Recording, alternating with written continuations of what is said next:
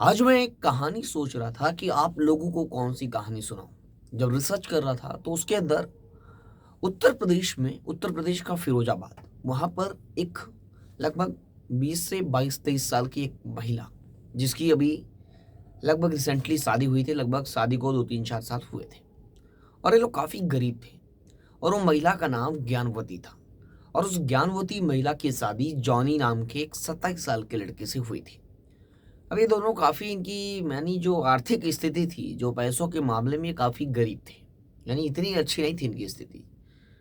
अब पैसों से गरीब घर में घर वालों ने इनकी शादी कर दी बाकायदा। ये 1-2 साल खुशी खुशी से रहे। ये बात उत्तर प्रदेश के फिरोजाबाद के थाना रामगढ़ की है। उसी रामगढ़ का एक सरजीवन नगर है और इसी सरजीवन नगर में ये लोग रहते थे शादी के बाद। शादी के बाद आर्थिक स्थिति सही नहीं थी तो ये महिला क्या करने लगी, जो जॉनी की औरत है यानी ज्ञानवती, वो क्या करने लगी कि जो शादियों में आजकल उत्तर प्रदेश में और बिहार में जो कोई लोग, जो लोग बाहर भी रहते हैं, जैसे उत्तर प्रदेश के कई जो परिवार हैं, ज़्यादा ज़्यादा मात्रा या ज़्यादा संख्या में लोग अपना मुंबई, बंगाल और गुजरात यहाँ यहाँ पर रहकर मजदूरी या काम करते हैं। फिर भी लोग शादी करने अपने गांव घर वापस लौटते हैं। तो शादी का जो चलन है या परिचलन है वहाँ पर बहुत तेजी से है। यानी शादी उत्तर प्रदेश में बहुत ज़्यादा होती है और बिहार में क्या होता है कि अब इसी शादियों के सीजन में ये जो ज्ञानवती होती है उस शादियों में काम करती थी। काम ये करती थी कि जो सेटअप होते हैं, जैसे शादी का कॉन्ट्रैक्ट दिया जाता है, डीजे वाला, बैंड वाला, कैमरा, ये बकायदा टेंट, रथ, ये सब होते हैं। तो उसी में ये क्या करती थी, दूल्हे के ऊपर फूल फेंकने का काम करती थी। यानी महिलाएं नहीं होती जो टेंट का जो स्तंभ होता है वो लेके चलती हैं, फूल फेंकने का काम करती हैं। तो इसी में ज्ञानवती भी फूल फेंकने का शादियों में काम करती थी। सब कुछ अच्छा चल रहा था, इनको काफ़ी पैसे मिल जाते थे। अब पति भी काम करता था छोटा मोटा, तो उससे भी पैसे मिल जाते थे, तो इनका परिवार काफ़ी अच्छे से चल रहा था। लेकिन अचानक 2024, ये 24 का मई महीना, यहाँ शादियों का सीजन, धूमधाम से लोग अपनी शादी कर रहे थे। जगह जगह शादियों का कॉन्ट्रैक्ट मिल रहा था ज्ञानवती को। अब अचानक मई के महीने में जो ज्ञानवती का पति है जॉनी, वो गायब हो जाता है, लापता हो जाता है। उसका कुछ अता पता नहीं चलता है। ये बात ज्ञानवती को भी पता चलती है। तो ज्ञानवती घबरा जाती है, सोचने लगती है कि आखिर क्या हुआ। पुलिस की टीमें उसे खोजने लगती है। अब 16 मई से यानी ज्ञानवती का पति जॉनी गायब है।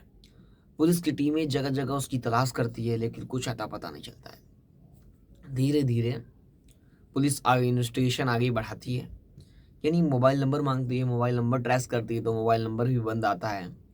तो आसपास के लोग हैं जो उससे जुड़े हुए हैं, जो ज्ञानवती से यानी उसके पति से जुड़े हुए हैं, उनसे पूछताछ करती है कि कहाँ जाता था, कहाँ आता था, क्या काम करता था। बाकायदा सभी की स्टेटमेंट लेती है कि कुछ बड़ी लीड मिले कि उसका पति कहाँ चला गया।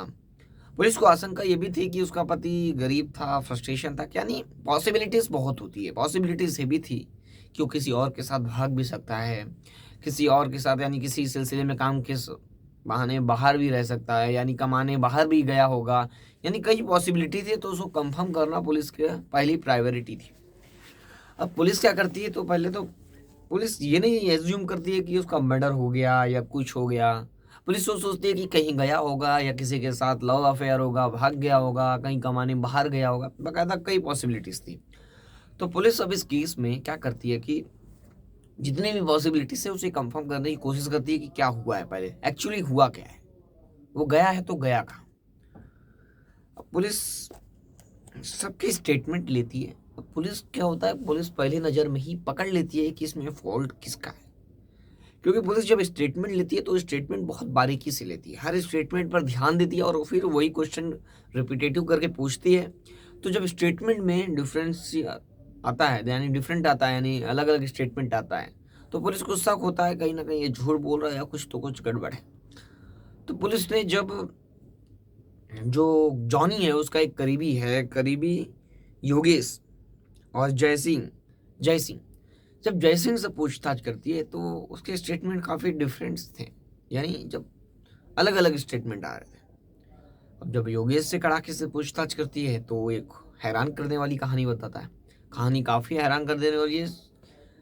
और उसके बाद जो पत्नी की पूछताछ होती है, जब पुलिस पत्नी से भी कड़ाके से पूछताछ करती है, क्योंकि जो जयसिंह है उसका लिंक उसकी पत्नी के साथ भी पुलिस को मिलता है। तो पुलिस जब पत्नी से पूछताछ करती है तो वो भी एक ही कहानी बताती है, और कहानी काफ़ी हैरान कर देने वाली है।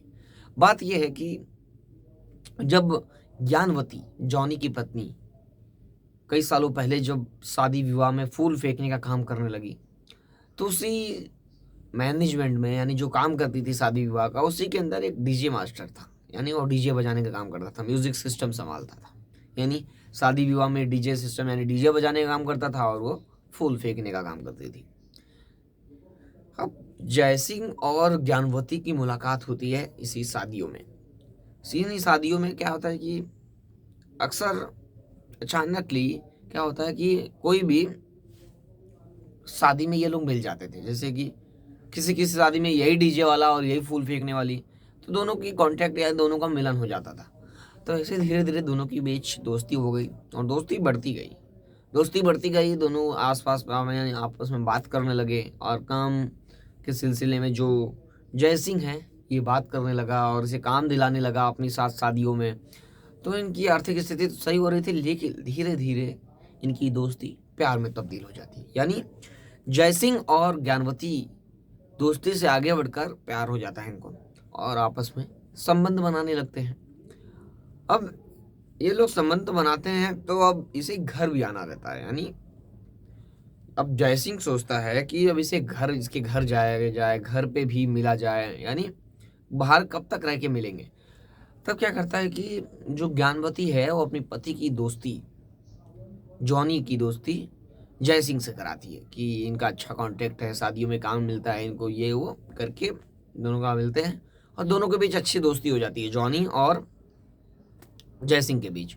अब दोनों की अच्छी दोस्ती हो जाती है। अब जयसिंह भी पैसों की मदद करता था, क्योंकि जॉनी को कभी कभी काम नहीं मिलता था तो उसको पैसे की ज़रूरत रहती थी। तो जो जयसिंह है वो पैसों की रहती थी तो उसे देता था जयसिंह। अब धीरे धीरे सिलसिला लगातार चलता रहा। तो जो जयसिंह है और जो उसकी पत्नी ज्ञानवती है, उनके बीच संबंध भी बनता रहा, इनका अफेयर भी रहा। अब अचानक इसके पति को यानी जॉनी को पता चल गया कि इन दोनों के बीच अफेयर है। अब अफेयर की बात पता चलने के बाद काफ़ी गुस्सा होता है, जॉनी काफ़ी गुस्सा होता है।